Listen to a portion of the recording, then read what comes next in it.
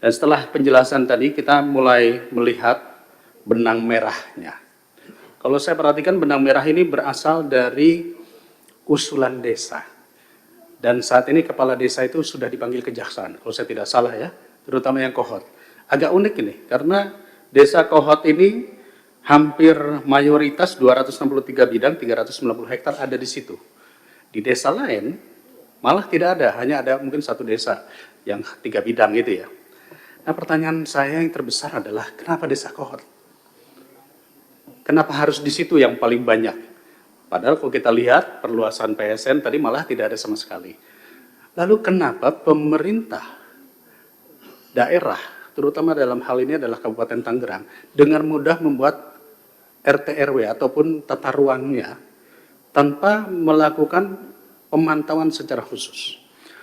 Saya mengapresiasi yang disampaikan Mas Menteri tadi, bahwa ini ada oknum ATR yang bersalah dan sudah dilakukan penindakan.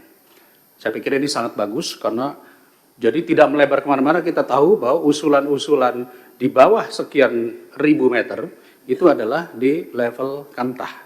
Artinya ini sudah diselesaikan, oknum-oknum itu harus ditindak. Tentu harus melalui proses jalur hukum. Nah, tetapi sekali lagi saya masih bingung, Pak Nusron ya, kenapa desa Kohot paling banyak dibanding dengan desa lain? Ya, bahkan saya dengar katanya kepala desanya naik Rubicon. Kami aja belum tentu kebeli di sini. Jadi ini menandakan bahwa ada permainan antara pengembang atau pengusaha dengan wilayah-wilayah tertentu yang dimudahkan. Dan uniknya ini Kabupaten Tangerang ini cukup banyak.